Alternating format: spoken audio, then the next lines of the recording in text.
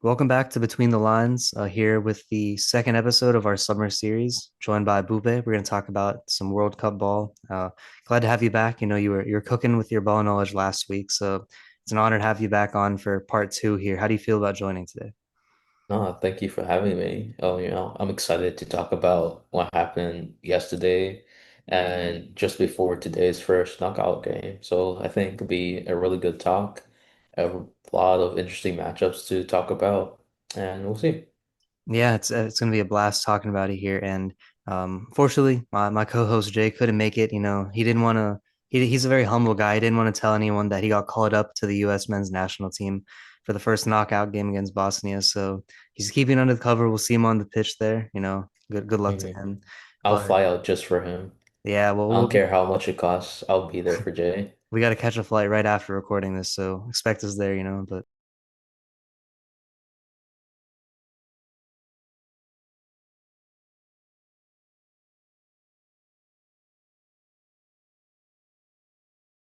All right, so getting to the knockout stage here, the group stage is fully ended, and today, as this video is being recorded, it'll be posted before the first knockout game, and we'll get to that one in a second. But let's just start at the top of the left of the bracket here.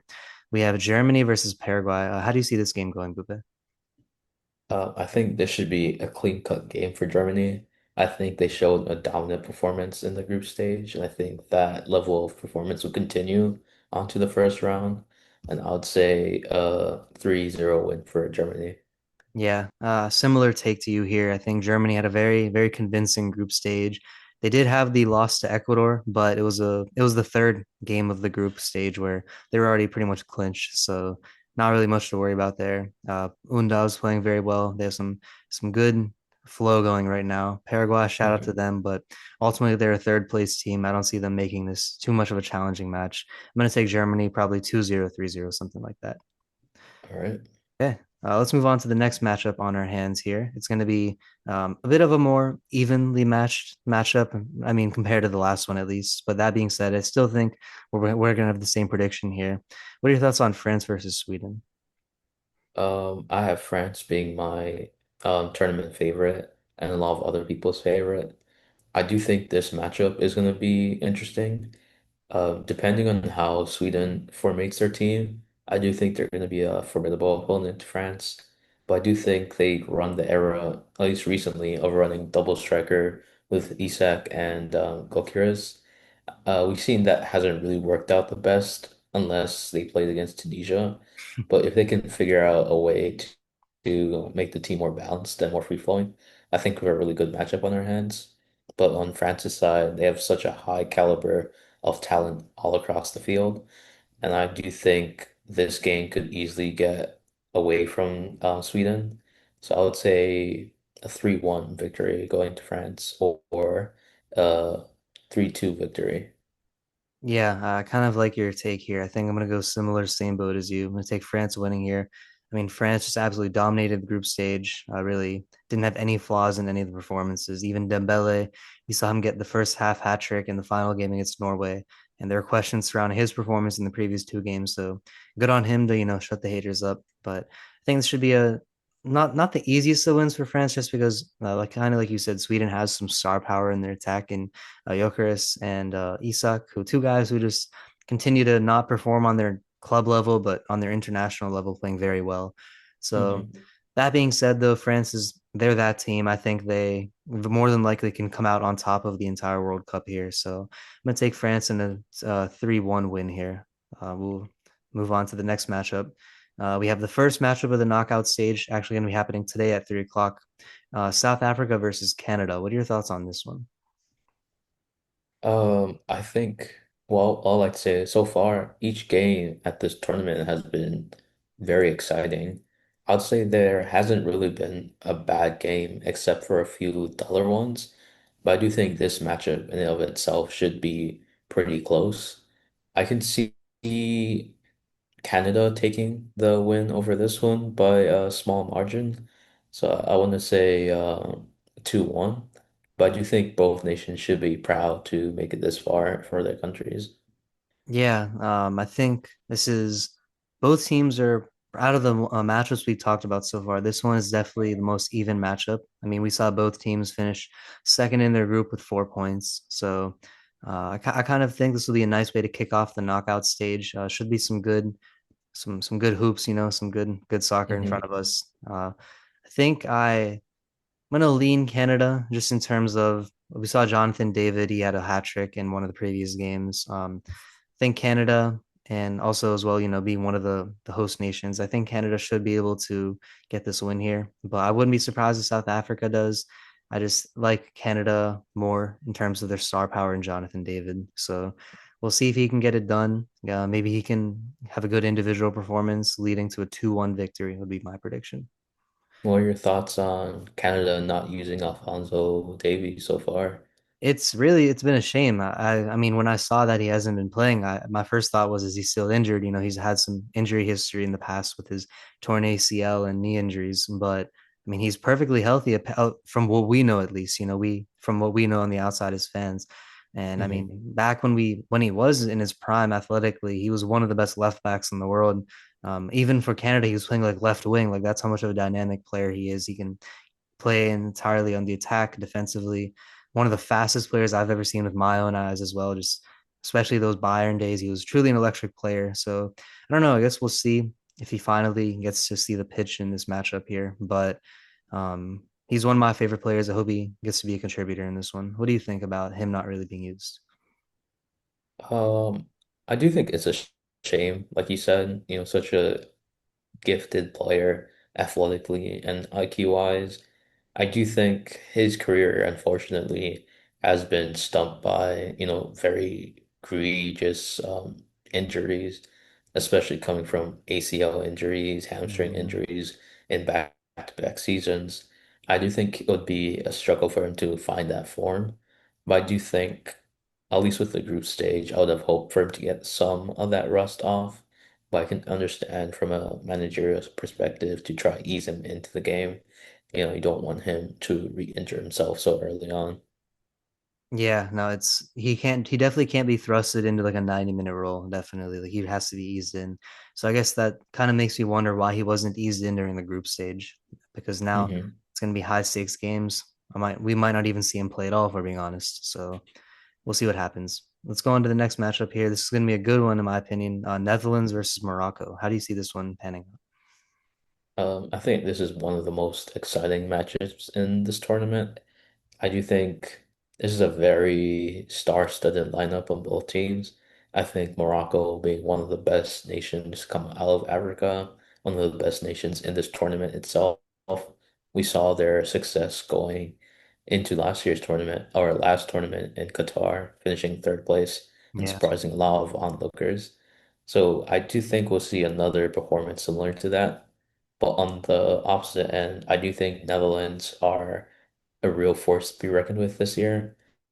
I think they're solid, defensively solid, being led by Van Dijk, as well as having Dumfries and Van de Ven on that back line. I do think that's something special, both defensively and attackingly.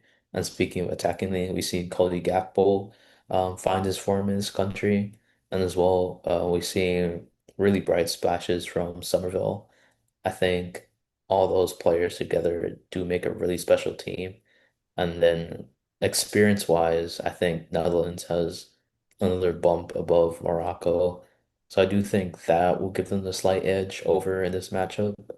So I would say either a 2-1 victory or a 2-2 draw, and it goes to penalties. Yeah, I see this one being a close matchup, similar to you. Both teams very deserving of advancing to the knockout round. Obviously, we saw the Netherlands top of their group, finishing with 7 points, and then Morocco also finished with seven. They were just second in their group to Brazil. So I mean, it could be argued that Morocco has maybe the best player in this matchup in Hakimi, arguably the best right back in the entire world. But I think that Netherlands, they just have so many high quality world class players on all levels. I mean, you mentioned in the attacking Cody Gakpo, he's really taken a step up from his club level to his now international performance. And we've just seen like him become a star for the Netherlands. Like in 2022, that was part of what got him his Liverpool contract in the first place, was how well he played in the World Mhm. Cup. And then defensive side of things, obviously you have Virgil van Dijk, one of the best center backs of all time. Mickey van de Ven, very speedy back for center back for Tottenham. So I think that this is a very well balanced and well constructed Netherlands team. We saw them pretty much run through the group stage without any signs of concern. They battered Sweden 5-1. They also have some good midfielders like Frankie de Jong, Somerville, the super sub, like you mentioned, coming off the bench, giving meaningful minutes. So I think that ultimately this might be just too big of a test for Morocco, an unfortunate draw for them in the first round because this is definitely a team that can make a run to the deeper stages. I mean, we saw it in 2022 when they made it all the way to the semifinals, knocking off teams like Portugal on the way there. So Hmm. I think it's just an unlucky matchup for honestly both sides because even though I think Netherlands will win, I think it's going to be a close one, like you're saying, 2-1, maybe 3-2 after extra time, even penalties. But this is definitely going to be one of the best, if not the best, matchups in this part of the knockout stage. Let's keep it moving along the left side of the bracket. And another good one, in my opinion, Portugal and Croatia. How do you see this one going? I think this is also another classic, I would say. Croatia and Portugal, two decorated nations with their superstars being Luka Modric and Cristiano Ronaldo. I could see this being a one last time before both of them get to play each other. I do think, well, let's talk about Croatia first. I think Croatia any of its team has been impressive so far, even though it's a very old team with the likes of, Ivan Perisic and Luka Modric still being there, both in their 40s or late 30s. I do think their wins that we saw in their group have been impressive, as well as just their form in general. So I commend them for making it this far with that team. But on the other side, Portugal on paper has some of the best players in the world currently. I do think their midfield is the strongest point in their attack. So being that, I do think Portugal has a slight edge over Croatia. However, Portugal in their group matchups haven't really lived up to expectations, seeing that they had two draws against Congo as well as Colombia, which have lackluster performance so far. So if Portugal do figure out what to do in terms of bringing more creativity towards the front, bringing in more balls for Ronaldo, having more runs along the wing. I do think that will push them and punch them forward into winning that matchup. So from there, I would say it'll be close if Portugal doesn't figure out what to do. I would say probably 1-1, to be honest, like a 1-1 draw. But if not, I'd say like a 2-1 draw going Portugal. How about you? Yeah, I mean, pretty much agree with a lot of your points there. I think Portugal, coming into this tournament, they were definitely one of the heavy favorites to come out on top. They just have such a star-studded team, a lot of young contributors as well. I think, like obviously that midfield with Bruno Fernandes, Vitinha, João Neves, and then you have some younger players like Nuno Mendes, one of the best left backs in the world. Ruben Diaz, Hmm. who's been a key contributor for Man City in the past, now playing in Saudi, I believe. And then you have Rafael Leao, on the attack as well. Joao Felix, like a lot of good pieces all across the board. Obviously, Cristiano Ronaldo leading the way for this team.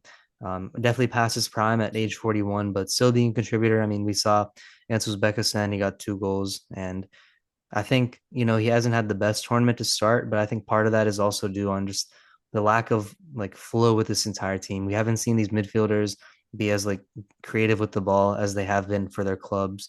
We haven't seen a lot of like runs being made by different attackers. Like as good as, Ronaldo is, he's an all-time legend, one of the two or three best players to ever play the game. He's not Hmm. at the age anymore where he can make runs behind the defense as easily as he once could. So he needs another guy up top like Leao or someone, even Felix, that can help give some options for the midfielders to play balls in. But I think they do have enough star power to get past this Croatia team. I give Croatia some credit because we've seen, Luka Modric, he's just timeless. He continues to be an impactful player. But at the same time, I think this team, their best players are the older ones, like you said, Ivan Perisic. Like I swear we've seen these guys like they played like in 2018, like they've been playing forever. I think it's a little Hmm. little too late for them to be winning at this stage. and I'm just going to assume Portugal figures things out. But I mean, they haven't really, they've had a disappointing group stage so far. So I wouldn't be surprised if they get knocked out right away. But I'm going to predict Portugal winning in a pretty lackluster 1-0, maybe 2-1 finish here. Not like a dominant win at all. All right. Okay. So let's keep moving alongside of the bracket. Here we have Spain versus Austria. Just quickly commenting on Austria. What a game that was last night.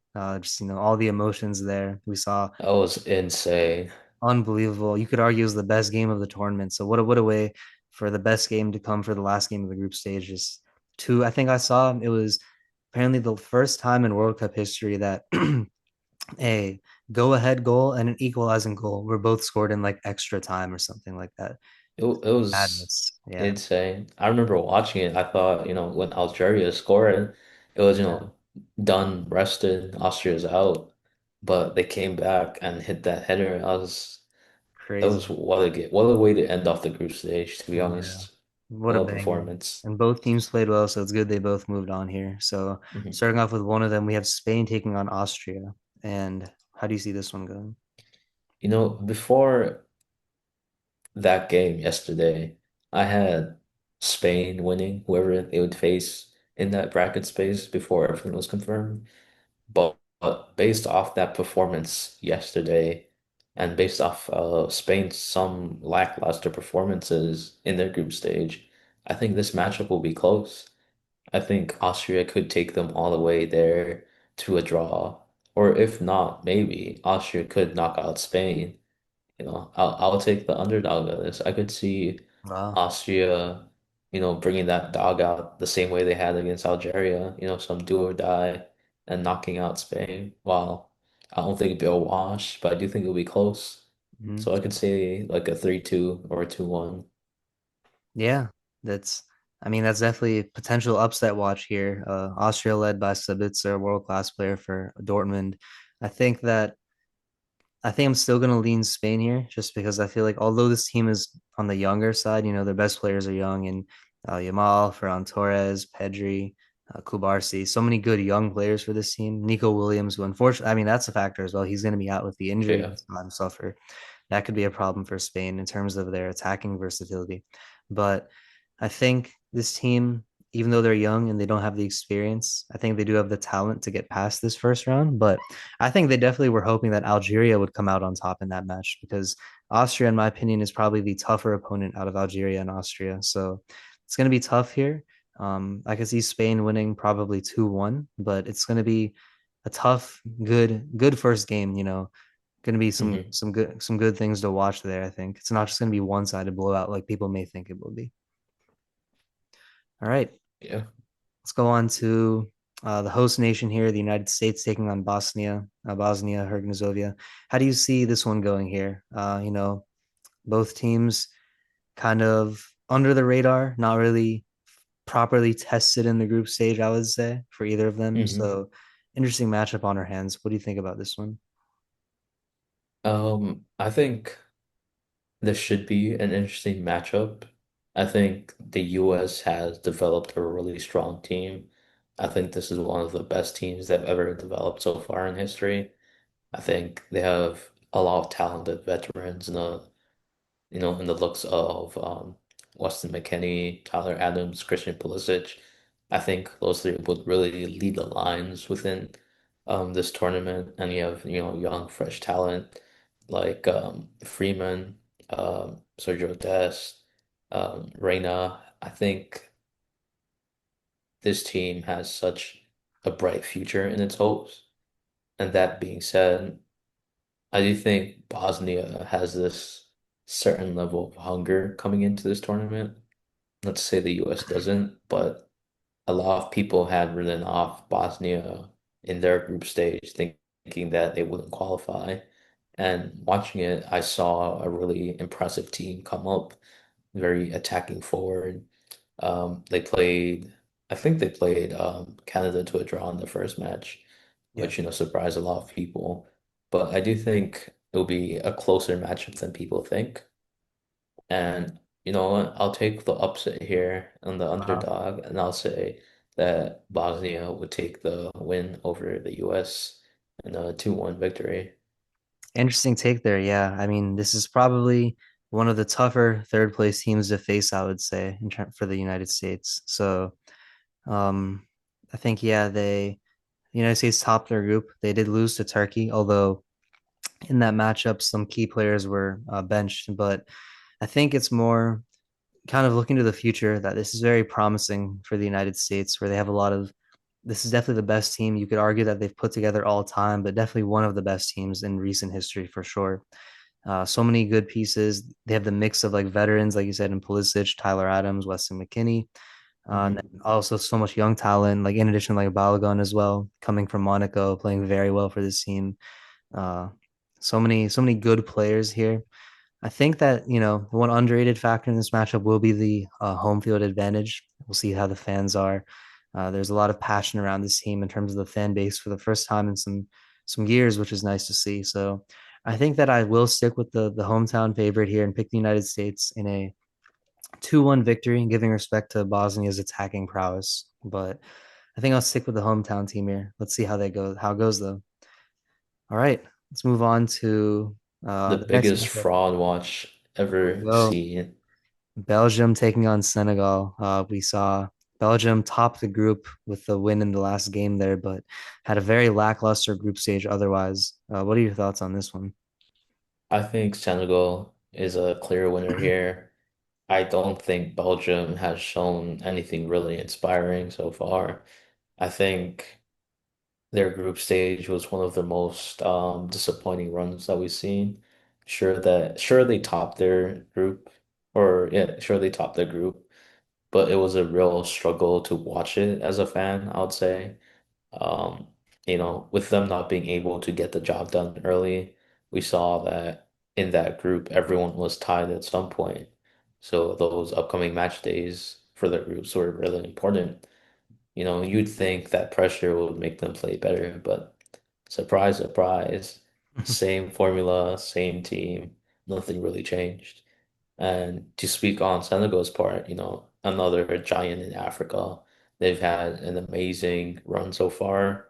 I would say Senegal should win this game relatively easy. I think this should be a 3-0 win going towards Senegal. Watching their last group stage, winning 5-0, all goals being bangers after banger, holding France at the half to 0-0, or it was a 1-1 draw around something like that. Senegal's really talented attackingly and defensively. So I do think they would have a strong run in this game. How about you?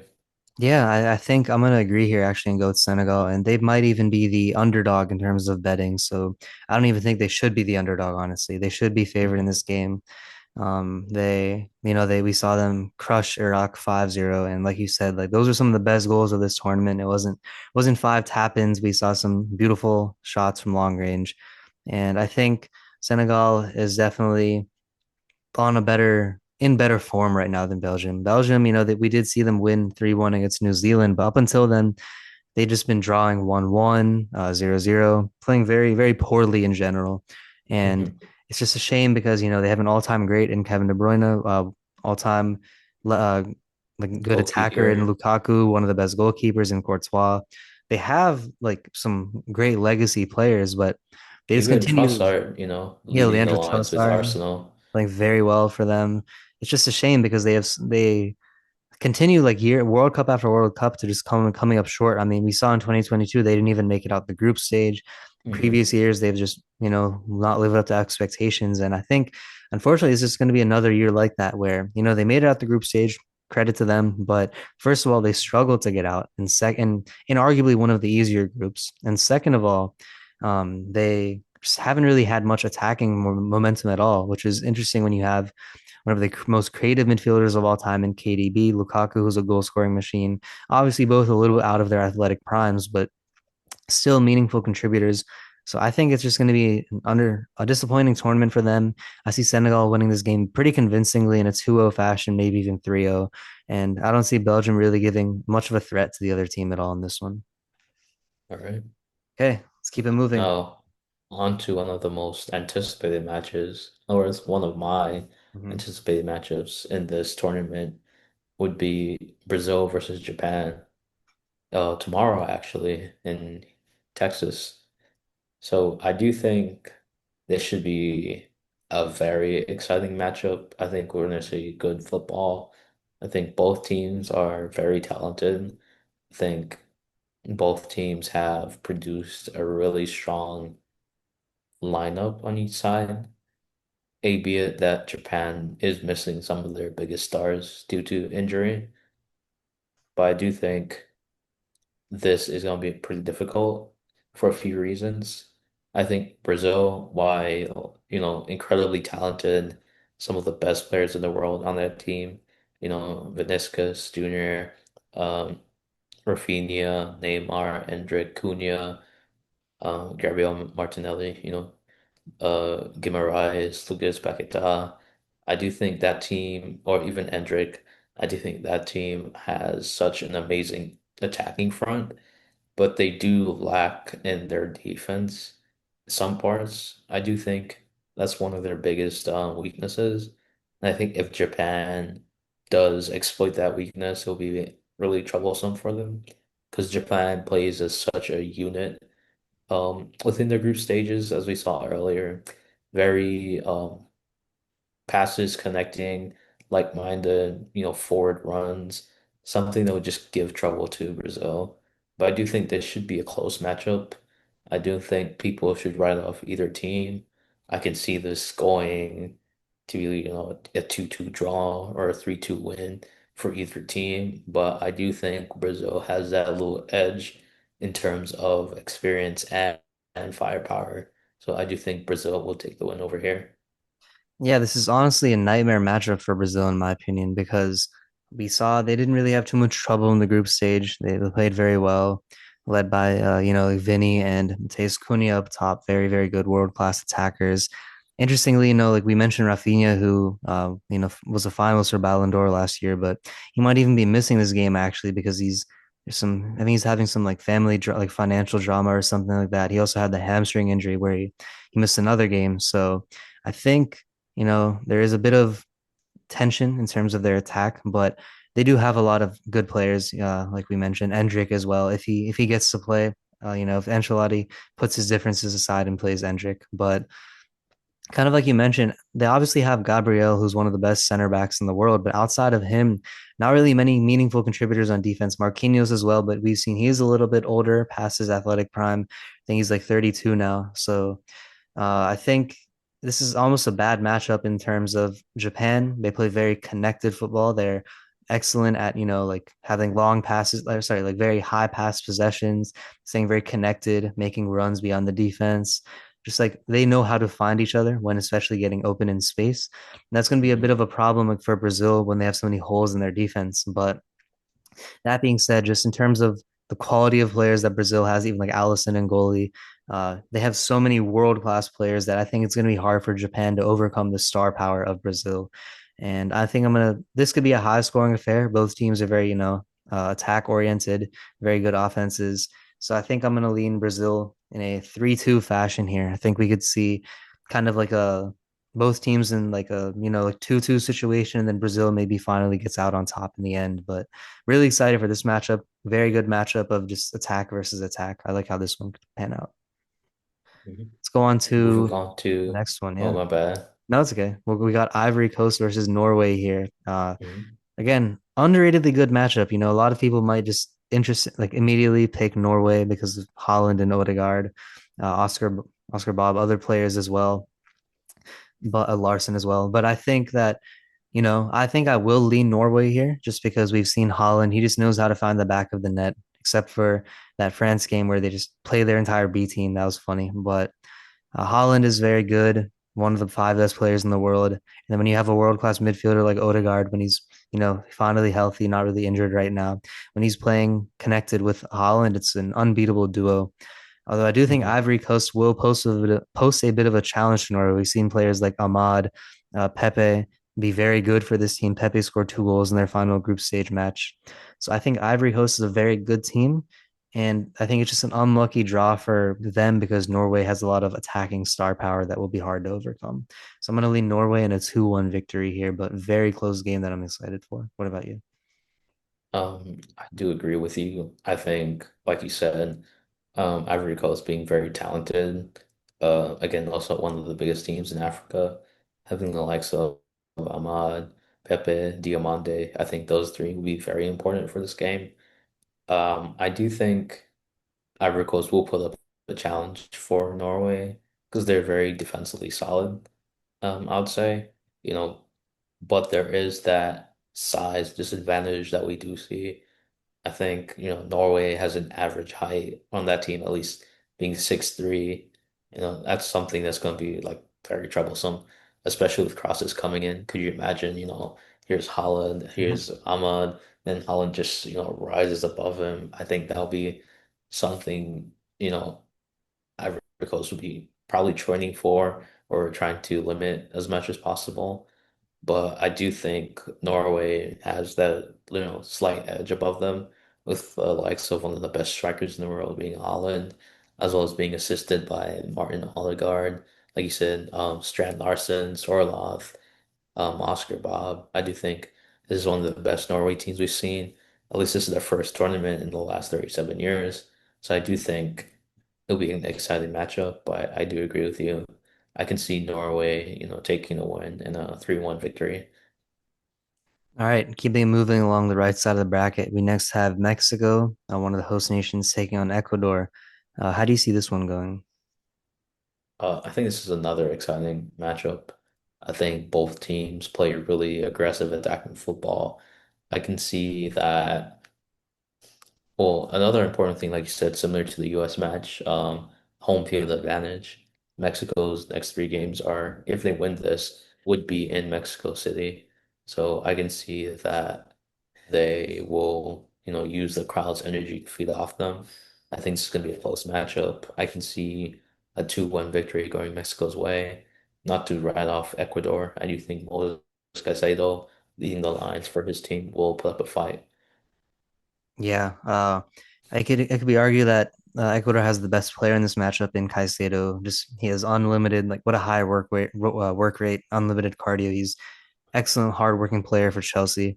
But that being said, he can only do so much, in my opinion. I think Mexico, they are on an unbelievable tear right now, going 3-0 in the group stage with 9 points. And then adding in the fact that you have the at-home advantage here against Ecuador. Mexico is some of the most passionate fans we've seen. This fan base be ride or die with the Mexican national team. So I think it's going to be a bit too much tall of a task for Ecuador. Credit to them. They did beat Germany in their group stage, so they do have a nice win in their pockets. But that being said, I think Mexico is just on too much of a tear right now for Ecuador. Let's keep it moving to the next one here. We have England taking on Congo. Interesting matchup here. We saw Congo. It looks like they were on the brink of elimination. They were down 1-0 to Uzbekistan, and then they scored Hmm. three uncontested goals. Credit to them. It's just a nice story. You like seeing smaller nations, like prove everyone wrong and be on the big stage. Taking on one of the powerhouses, England. What are your thoughts on this one? I do think it'll be an interesting matchup to watch. I think England has struggled against AFCON teams recently in this tournament, very visibly against Ghana, as it was a 0-0 draw. I do think England has a problem sometimes. If they don't score first, they become very stagnant, rather easily, and it's very hard for them to get into the game. While they are one of the most stacked teams, some people may say one of the best teams in this tournament in terms of attacking talent.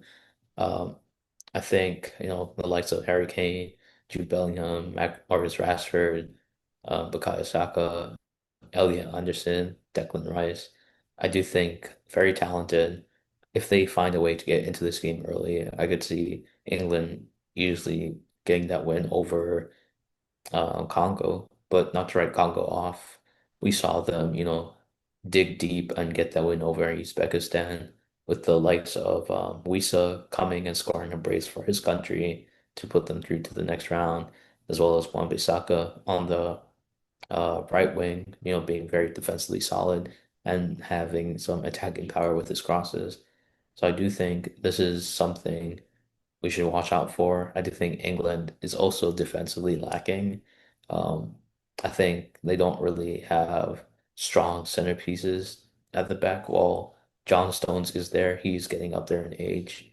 So I do think also with the injury of Reece James, we're missing right back as well. So if England was to, figure out a way to maximize their proper team in this matchup, I do think, they could get the win, but we'll see.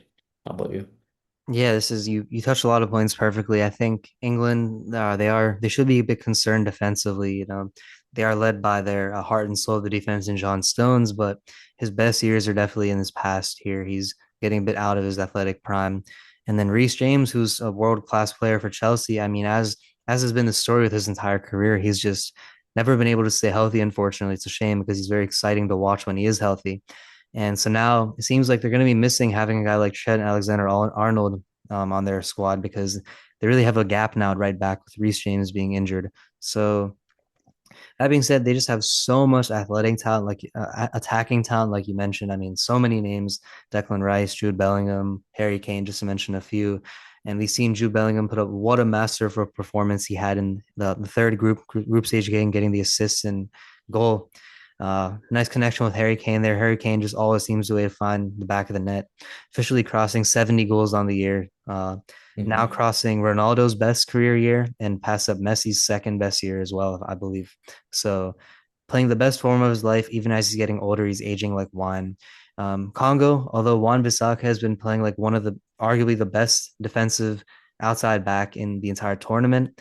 I think that England is just a bit too star-studded for this Congo team, but I think it could be a bit of a stagnant, slow start, 2-1 victory in England, in my opinion. Up next, we have just a great story here. Cabo Verde taking on Argentina. Obviously, very, very nice uh, Cinderella story here. Absolutely no expectations for this Cabo Verde team to come into this tournament. First time of qualifying in their nation's history. That was already like very impressive for them. Being such a small nation with around, I believe like 500,000 population, something like that. So, and then to like go get three draws, draw against open up the tournament with just a draw against Spain, completely shocking the entire world. Vozinha had a beautiful performance with 7 saves. Someone signed my guy Vozinha, man. I know he's 40, but he's got the heart of a champion, one of the best goalkeeper performances we've seen in this tournament. Then we saw them have two more draws to ultimately qualify them. So now they do take on a tough task in the defending champions of Argentina. I know you're a big fan of Argentina, or maybe that's Hmm. sarcasm, but what are your thoughts on this matchup and what a great story it is? Man, the OKC of this tournament, what a whistle they have. Well, I guess I'll start off with Cabo Verde. Like you said, a very small nation with low expectations. I think they should be proud, to make it this far for the first time in their nation's history. I think they've played incredibly well. I think bringing Spain to a draw, as well as drawing against Uruguay themselves, I think they should be proud of how well they played. Um, I think, Argentina being the defending champs they are right now, I think unfortunately, well, jokes aside, I do think Argentina, very talented, in their right, one of the best teams to be ever formed recently, with the likes of, Lionel Messi, Lautaro Martinez, Lisandro Martinez, as well as DePaul, McAllister, Alvarez. I think this team, they're a champion for a reason, but I do think it'll be a very difficult matchup against Cape Verde. I think while this team is good, they are old, and with age, you lose touch and you lose a speed battle. So I do think while Argentina should win this game, I won't be surprised and I'll be happy if Cape Verde somehow pulled off the miracle and, knocked out the defending champs. But I will go Argentina on a 3-1 win. Yeah, I think Argentina just especially specifically Messi, we saw he just continues to break Mhm. record after record, now becoming the only player to score in 7 consecutive World Cup matches. So he's on a tear right now. He had a nice free kick goal against Jordan last night. So I think Argentina is just too star-studded. Like you said, they do. Holy stat pad. Yeah, just what a stat pad. Came in for 30 minutes and scored. But hey, listen, man, goal's a goal. We'll take it. We'll take it. Mhm. But like you said, Argentina is definitely older. A lot of their main players are just the same ones from their 2022 team. I'd say one nice thing is kind of been seeing Julian Alvarez come into form. The young striker from Atletico Madrid has been playing very well for this team. We've kind of seen, there be some tension. Should Lautaro Martinez get the start? Should Julian Alvarez get the start? We've seen usually Martinez get the start and then Alvarez sub on close to halftime or a little bit after. But I think he's good. His youth is good for the team, fresh legs, a lot of energy. So I think that it's just a bit of a tall task for Cabo Verde to win. I think I'm going to take Argentina here in 2-0 or 3-1 fashion, similar to you. But that being said, although I am a Messi guy, like he's already won one World Cup. It doesn't Mhm. really mean a whole lot to me if he wins a second one. Doesn't do much for his legacy. He's already won one. So I'd love to see the upset. Can you just imagine the scenes if Cabo Verde knocks off the defending champions, man? Like that would be chaos. I was Insane. all here for it. Here for it. So Mhm. we're both going to take Argentina in this one, but obviously hoping for an upset. That would be nice. So All right. moving on Next to the would next one. Yeah, be go ahead. What is it? Australia versus Egypt. Hmm. I think with this case, I think Egypt should win this match. I don't think Australia really has the firepower to really knock down Egypt. I think, Egypt being stacked with the likes of, a timeless legend like Mo Salah, as well as the young and upcoming Marmoush for Man City. I think those two will, lead the lines for Egypt. I think it will be an entertaining match, but I do think Egypt will get the job done in a 2-1 victory. Yeah, I'm gonna predict Egypt here purely based on the star power. I mean, hopefully, we're assuming Mo Salah should be good to go for the game. We saw that after the final game, he had to go get some scans done for potential injury. But assuming that he's good to go, I think even with or without him, they should be able to win this game. But we'll make the prediction assuming he is healthy. And then they have a world-class player in Marmoush. We saw that he was subbed off for that Iran. He wasn't on. He wasn't starting for that Iran game, and then he came on around I believe like the 65th or 70th minute, something like that. And once he Mhm. came on, it was just like the tempo of the Qatar game changed. Egypt took the control of the game. He's just a very world class creative player for Man City. So I think it's going to be Egypt in a comfortable victory here, 2-0, 2-1, something like that. Unfortunately, the Socceroos, I don't think they'll be able to put forth too much of a challenge to Egypt. That being said, it could be a good game, but I'm going to lean Egypt here. All right. And on to our next matchup. Mm-hmm. We have, Johnny Infantino's Switzerland versus, one of the best matchups and one of the best, matches from yesterday being Algeria. So Algeria versus Switzerland. What's your take on this? Hey man, I mean, I wrote off Algeria in the past. I haven't really thought much of them in terms of their potential to make a run, but we saw they had a nice, 3-3 draw against Austria as we talked about last night. Riyad Mahrez finally coming into form, so scored a nice brace there.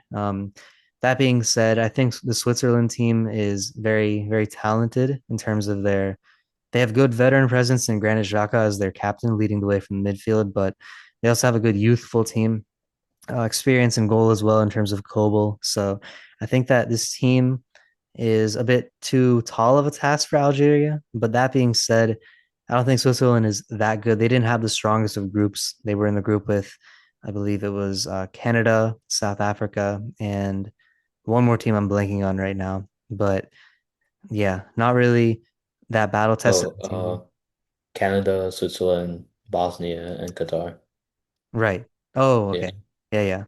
So yeah, I think oh yeah, not South Africa, sorry, Qatar. I was mixing up a different matchup earlier. So yeah, I don't really like I could totally, I'm gonna go with the underdog here. I'm gonna take Algeria. I think they have good momentum right now. They needed to draw or win to advance, and they got the draw and in pretty nice fashion there, scoring what they thought was the go-ahead goal, but then we saw Austria with the last second goal. So I think I'm gonna lean Algeria in the upset here. I think Switzerland. Actually, you know what? Scratch that. Yeah, I forgot about the thing that you mentioned yesterday, the the behind the scenes stuff. The exactly. the collusion, and Mm. you think he's gonna let his nation go out, man? Like I forgot about that factor that you talked about yesterday. So forget everything I just said in terms of who's gonna win. I'm gonna go with the boss man himself, Switzerland. He's gonna do pull some strings Wow. if he needs to.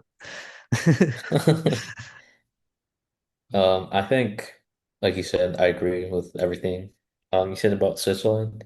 You know, while I think that team is very balanced in terms of their overall play style and attacking power and defensive prowess, I do think they fall short when it comes to the likes of Algeria. I do think Algeria is more. I don't want to say, I guess more talented, but they have more attacking power in the likes of Ryan Alatonore, as well as Riyad Mahrez leading the lines for Algeria. We've seen that they have a grit to push through, and they've secured their spot in the knockout games. So I do think Algeria will put up a tough matchup, but like you said, Johnny Infantino, he's not gonna let his team, you know the boss, big boss, he's not gonna let his country get knocked out. But if football is real, if the football gods will allow it, I do think Algeria will pick up the win in the 2-1 victory. Yeah, that's the perfect way to put it. Like if there's no someone pulling the puppet strings of this match, I can see Algeria winning, but got to keep it real, got to consider all the factors in these predictions. No, Exactly. no way Boss Man's letting his country get knocked out in the round of 32. Hmm. All right.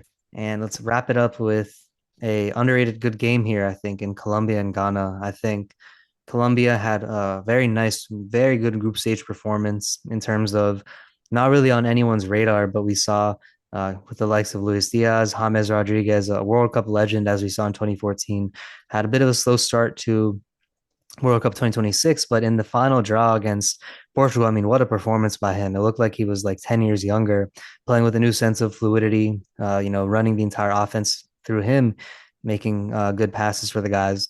I think that, and then they also have a very good defense. And so whenever they drew against Portugal, a lot of people are quick to say that, oh, like Portugal played very poorly, which they did to an extent. But I think that if anything, you need to give credit to Colombia for actually playing very well. I think it's Portugal didn't play poorly. It's just that Colombia played very good defensively, very good unit that they have there.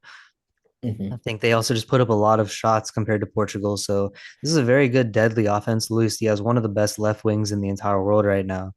Ghana did have a very impressive group stage, in my opinion. They held the likes of, I believe it was England. Yeah, they played England England. to the draw there. That was surprising outcome for that match. I think everyone had England winning that, but they played them to a draw. So I think this Ghana team is very gritty, very, very good team we have here. But I think Colombia has a lot of firepower behind them right now. They have good momentum. So I'm going to lean Colombia in a 2-1 victory. What about you? I think, like you said, this is going to be an interesting matchup. I think both teams are very similar in terms of play style, both very aggressive. I do think Colombia, like you said, has the edge over Ghana in terms of their overall team talent. I do think the likes of, Arias, Machado, Munoz, um, um, Luis Luis Suarez. Diaz, Luis Suarez. I do think those players are very key for Colombia. We saw, like you said, in their match against Portugal, 27 shots or 20 plus shots on goal. That type of attacking prowess is, Ridiculous. Yeah. ridiculous. It just breaks down defenses. There's just so much coming at you at once. Mhm. Not to take anything away from Ghana. I do think their defense, very solid to hold England to a draw. But I do think you saw their weaknesses get exposed in their match against Croatia, which they did lose. I do think Semenyo has had a quiet tournament. We haven't really seen much of him. The team hasn't really gotten him as involved as I would like to see. I do think another liability for that team would be Jordan Ayew. While he is a class player, I do think age is catching up, and I do think they need someone fresher and faster, younger up top to just bring more life into the game.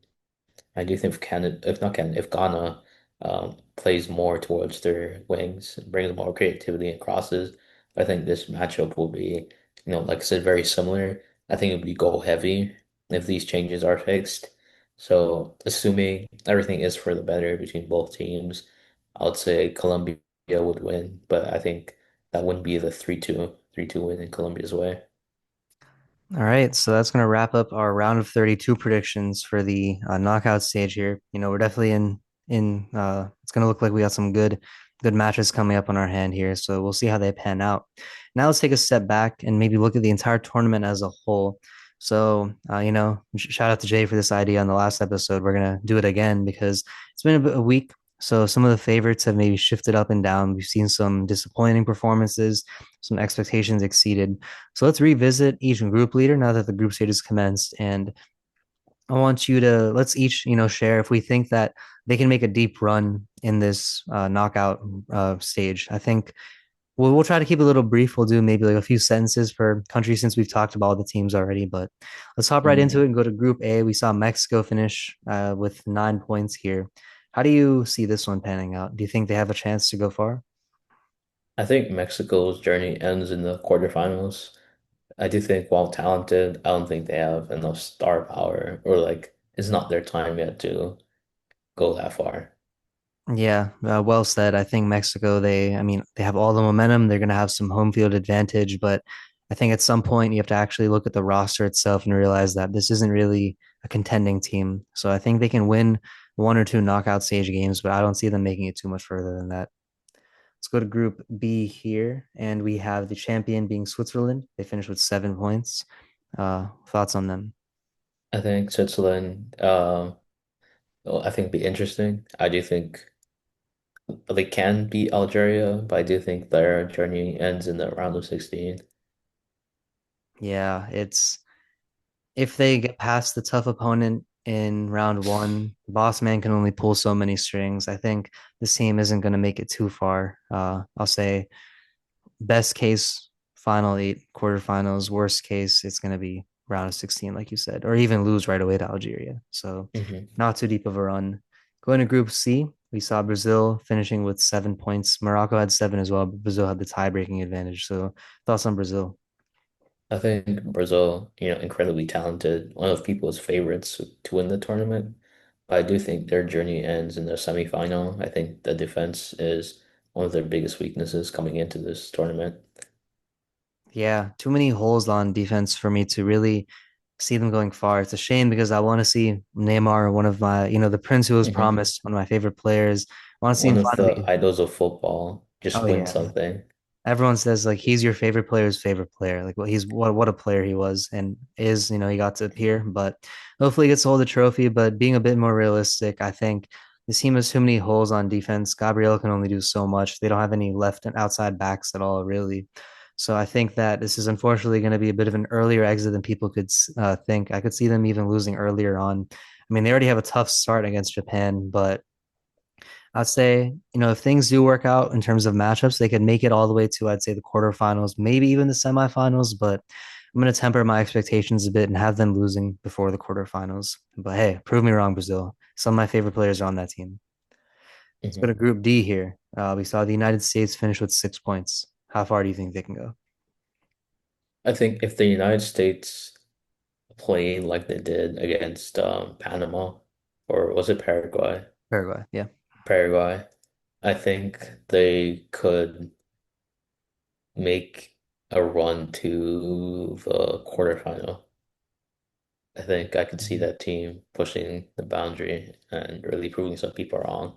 I'll be happy if they prove me wrong, but I think the quarterfinals is where they end. Yeah, I mean, obviously, this isn't really a year where anyone's picking them to like make it all the way to the championship, be a winner, but this is more so a stepping stone year for the future. Build on the foundation, get your younger players some high stakes elimination game experience. This will be good for the team going forward. I could see them winning one, maybe even two knockout stage games, but I don't see them advancing. It would be like best case scenario, probably quarterfinals is my opinion there. Moving on to Group E here, we saw Germany finish with 6 points. Ivory Coast also had six, but Germany had the tie-breaking advantage. So, what do you think Germany can do here? I think Germany, while talented, and the likes of Florian Wirtz, Jamal Musiala, I do think they lack in their attacking power. They don't really have a clear-cut striker. And I do think while, Undav and Kai Havertz have done what they could for his team, I think it ends in the quarterfinals for Germany. Yeah, I mean, even like really in terms of their attacking, it's Kai Havertz, like you said, Undav, and I mean Leroy Sané, but that's really about it for Germany. I think they have a good team, probably a bit of an underrated team for some people, because this isn't the Germany that we Mhm. saw in the 2010s where they were absolutely star-studded across the board. But I think that this team is kind of in a bit of a has been in a reset mode in the last few years where a lot of the older players like Tony Cruz have kind of Marco Royce have kind of moved on, and now we're seeing these younger guys like Musiala come into the picture here. So I think that this is a bit too early for this team to make any real deep push in the knockout stage. Um, if things work out in terms of matchups and health and everything, they could go to the semifinals, but I think at that point is a bit more out of their control and more so with who they face. So kind of eliminating that factor, I think that the best case scenario for this team is going to be quarterfinals, like you said. Let's go to Group F. We have the Netherlands finishing with 7 points. Do you think they can make a run deep in the tournament? You know what? I'll show you what a real dark horse is, Belgium. The Netherlands are, I think, a prime example of a dark horse. I think they could, make best case scenario. I think they could make it to the finals. I think they have a talented team. I think overall they're pretty balanced. So I could see them making a push for the finals. Yeah, they have like talent at every position, every part of the aspect of the game. They have Virgil van Dijk, who's like what I mean, if you want a captain for your team, like what a captain Van Dijk is. He's just such a motivational leader. We've seen Netherlands has definitely made deeper runs in the World Cup stage in previous tournaments. We've seen it even as early as like the Iron Robin days, Van Persie days, even 2022, Cruyff, Cruyff. Like yeah. they've always been a historically good team in the World Cup. You know, they find ways to make it far, and I think this year is going to be no different. I can see them making it far to the semifinals, even the finals potentially. Depending on who they match up against, I don't know if they can win the tournament, but I wouldn't rule it out. This is a very good team, and I'd say probably out of everyone we've mentioned so far, probably the biggest favorite out of the group leaders we've gone through so far. Obviously, we're gonna get to some more powerhouses in a bit, but I like the Netherlands a lot in this tournament. Let's go to Group G. I mean, your favorite team, Belgium. Thoughts on them? Hey man, their journey ends in the round of 32. Yeah, I that's think time has come. I think the golden generation is over for their team. I think they should focus on rebuilding a stronger team. Yeah, Mhm. I think I've said what I Yeah. said earlier and last episode about that team. So, Uh-huh. mhm, It's a shame because like you said, their golden generation, they didn't even amount to any success. So now that their golden generation is kind of coming to a close, I see this year being no different. I mean, I would say that the second place team in this group, Egypt, is probably going to go further than the winner, Belgium, in my opinion. So Belgium, just pack your bags, catch the flight early home. Prove us wrong, sure, but we don't really expect it here. mhm. Go to Group H. We have one of the powerhouses now in terms of Spain. What are your expectations for this team? I think Spain is one of, I guess at the start of the tournament, Spain was one of everyone's favorite to win the tournament. While I do think they're a very talented team, I do think they struggle. Well, they have struggled in their group stage matches. So I would say Spain gets sent home in the semifinals. Yeah, they have a very young team, and the problem is that this team, well, they did get some experience in the Euros, did get some experience in Nations League. World Cup is just a whole different ball game. You have like 4 or 5 billion eyes watching you from all around the world. So I think that this is going to be a bit of a tall task for a very young Spain team, although talented, just a bit inexperienced. And this could be a team that I think could be sent home earlier than a lot of people expect. I mean, coming into the World Cup, they were the betting favorite to win the entire tournament, but having a bit of a shaky group stage, starting off with a draw against one of the smallest nations in the tournament. Although they've improved since then, I think this team could really be sent home earlier than people think. They do have the talent to make it to the final, but I'm going to call the upset. I think they get outed in the semifinal or quarterfinal, like you're kind of predicting too. Okay, a few more groups here. Let's go to Group I. We have probably our mutual favorite for the tournament, France. So this will be a quick one. I think, this is what you call a champion caliber team. I think all across the board, almost every one of those players is a champion in their own right, in their own league. So I think, we said it time and time again. Lots of people have said it. I think France has the best chance of winning it. So we'll see them in the finals. Yeah, just what a team. I mean, I think they're gonna make it to their third consecutive World Cup final, and I think they'll even win it. But it's a talent all across the board. I mean, obviously their attacking room, like they have like a guy like Due who doesn't even start for them, who's an unbelievable player. That just shows how much talent they have. They have Other Mbappe, than that, Shikari, yeah, Ryan Shakir, he's good. Shakir, he's good. Dembele, Olise, my nonchalant goat. Conte, just an absolute workhorse who doesn't run out of gas.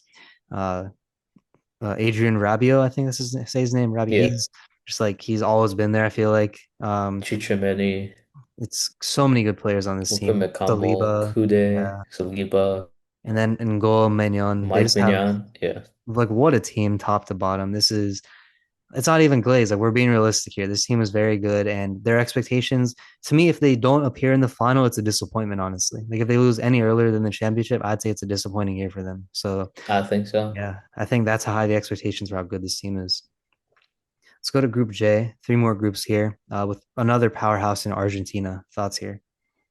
I think, they are the defending champions for a reason.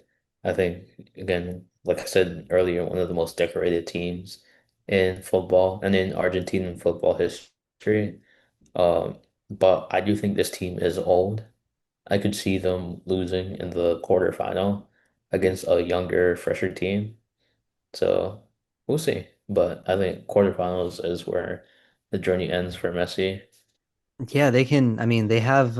I would say their round of 32 and 16 matches are a bit, I mean, maybe it's whatever match fixing or not, but a bit on the easier side on paper, at least. We'll see what actually happens. But they could face Colombia, I believe, in the quarterfinal, England in the Hmm. semifinal. They do have potentially tougher matchups later on in terms of younger teams that play with a lot more pace that I think could be challenging for this older Argentinian squad.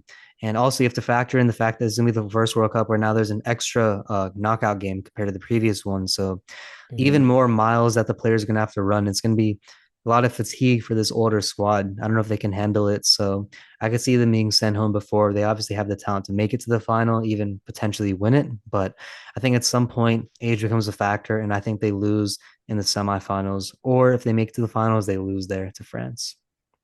Yeah. Let's go to Group K. Speaking of this team, Colombia, what are your thoughts on them? I think while Colombia is talented within their own right, I think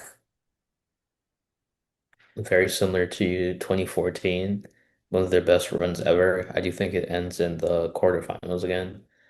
I do think, while again very talented, very promising, I don't think they have that edge or like that experience to take it over the edge. While James Rodriguez is leading the lines with that veteran presence, I don't think it's enough to push Colombia past that. Mm-hmm. Yeah, it's like we just talked about how Argentina is a very old team and how that can be a problem. At the same time, being very inexperienced is also a problem. I think that uh, if I had to, I'll say one thing though is if I had to pick a Cinderella team, a team that out of nowhere can make it far, I think I would pick Colombia just because they've been very impressive so far. But I think that would be a bit more of an upset story where if they made it any further than the quarterfinals where they have to match up with Argentina. So I do like this team a lot. I think they can give some teams some trouble, but I think they're just a bit too inexperienced to make a splash right now. Let's wrap it up with Group L. We saw England top the group with 7 points here. Is it coming home? What are your thoughts? I think it could come home. I think it's very possible for it to come home, but the journey home is going to be very interesting. I think it's going to be very difficult. I think the bracket they're put onto has some of the best matchups so far in this tournament. I do think England, like we said earlier, very talented team, attacking wise. I think if they do figure out a way to get in the game early and for them to figure out the defensive problems, I think they could make a push for the finals. But I do think England will be knocked out in the semis. Yeah, I like this English squad a lot. I've definitely changed my opinion on them from the last episode, so credit to them there. Just a lot of star power in terms of the attack, so much depth. It's nice to see Marcus Rashford, a guy who's been criticized. I mean, we saw him miss the penalty kick for England in previous Hmm. tournaments, so but he's kind of come into form, had a very nice, I believe, yeah, he scored in one of the matchups here, so he's played well. Just their whole team is firing on all cylinders, but we've seen that this offense can be stagnant if they don't score right out the gates in that Ghana game, for example. So as talented as they are, you could argue on paper they have one of the best rosters outside of like France in the entire tournament. But there are some gaps that I think will ultimately lead to them losing in the semifinals or potentially the finals if things work out for them. Hmm. So yeah, that's gonna wrap up our thoughts on the group winners here. And let's talk about what have been some of your favorite and least favorite moments of the tournament so far? I think I touched on this earlier last episode. I think seeing smaller nations get a chance to flourish and just get exposed to the world so people can see such a beautiful culture within football. You have many tourists, visiting the United States or seeing different people for the first time in their lives. So I do think having a chance to see islands like Cape Verde, Curacao, just come and be hopeful that their team can represent them well. I also think it's been awesome to see what 9 out of 10 African countries qualify for the World Cup. I think a lot of people had written them off, so think that's also important to see. I think my least favorite aspect of the tournament has been outside the performances from Germany and Turkey. I think my least favorite has been the criticism from foreign media. I think the issue is with like football in and of itself is very important to people. And I do think it gets away or it gets to a point where people take it too far in terms of criticisms for small things. I think, for example, um, Uruguay, them getting knocked out this early, their private jet got canceled. Yeah, I saw So that. Yeah. each player has to, get their way back home through commercial. Wow, I do think, sure, you can be disappointed. I do think it's extreme to do something like that for, players representing your country. But yeah, what were your best and worst on the tournament so far? Yeah, similar. Like my favorite has to be what you mentioned. It's just been really nice to see a lot of these smaller nations just like exceed all expectations. The primary example being Cabo Verde, but even a country like Congo, for example, just seeing their story, they were down and then coming from behind, scoring three uncontested goals to qualify for the knockout stage. In general, just like looking at a broader scope, it's been really nice to see a lot of different cultures mesh. That's one of my favorite parts about the World Cup in general is seeing fans come from all over the world. I believe this World Cup is actually it broke the record for most amount of visitors at the games. It's been, I think, 4 Mhm. million people have watched the games in person, which is, I think, shattered the previous record. So, very nice to see people from all over the world supporting, and also shows you how passionate some of these fan bases are. Like specifically for Cabo Verde, we've seen one of the smaller nations. When you see their fans at the games, like you wouldn't even think that it's like from a country of like 500,000 people. Very Mhm. passionate fan base. I think that's good for the sport in general. And it's good for the United States because here, I think soccer, although it's definitely grown a lot in the last decade, it's still in its infancy stages in terms of the potential for what the sport can be in this country. This country is still dominated by football, baseball, basketball, but I think soccer, it's on the upcoming trend. We've seen the national team gain some new energy, some new support. It's been nice to see like celebrities at these games. We saw like Jimmy Butler supporting Colombia. We've seen like Fernando Mendoza, the Raiders quarterback at one of the games as well. So a lot of different athletes interacting, and I just love all the meshing of cultures in general. It's really nice to see. And then I guess my least favorite, yeah, there have just been some disappointing performances across the board. Belgium, we talked about. Turkey, they got a win in their final game. That's good for their national pride. But at the same time, like we saw they were goalless in their first two games. And they were actually facing, I believe, Paraguay, and Paraguay had a red card at halftime. They were down to 10 men, and Turkey still lost that game 1-0. So Turkey was playing very poorly. Qatar, They played very poorly. And yeah, Uruguay, as you mentioned, a team that I was shocked to realize that they didn't even advance. But I think just in general, I don't like a lot of the media criticism of the World Cup. Specifically, one example that I'm thinking of is so Jeremy Doku, who for Belgium, I believe Oh he yeah. yeah, there's his his wife was announced that she was about to deliver the child, and he decided to step away from the team because he wanted to entirely understandably be with his wife for such an important moment. And you would think like, okay, of course, family comes first, the sport is second. And we saw a Belgian reporter or journalist, I believe, she criticized him. She was saying, like, what are you doing? Like, you need to focus on the game. Like, what's wrong with you? Like, how dare you leave your team?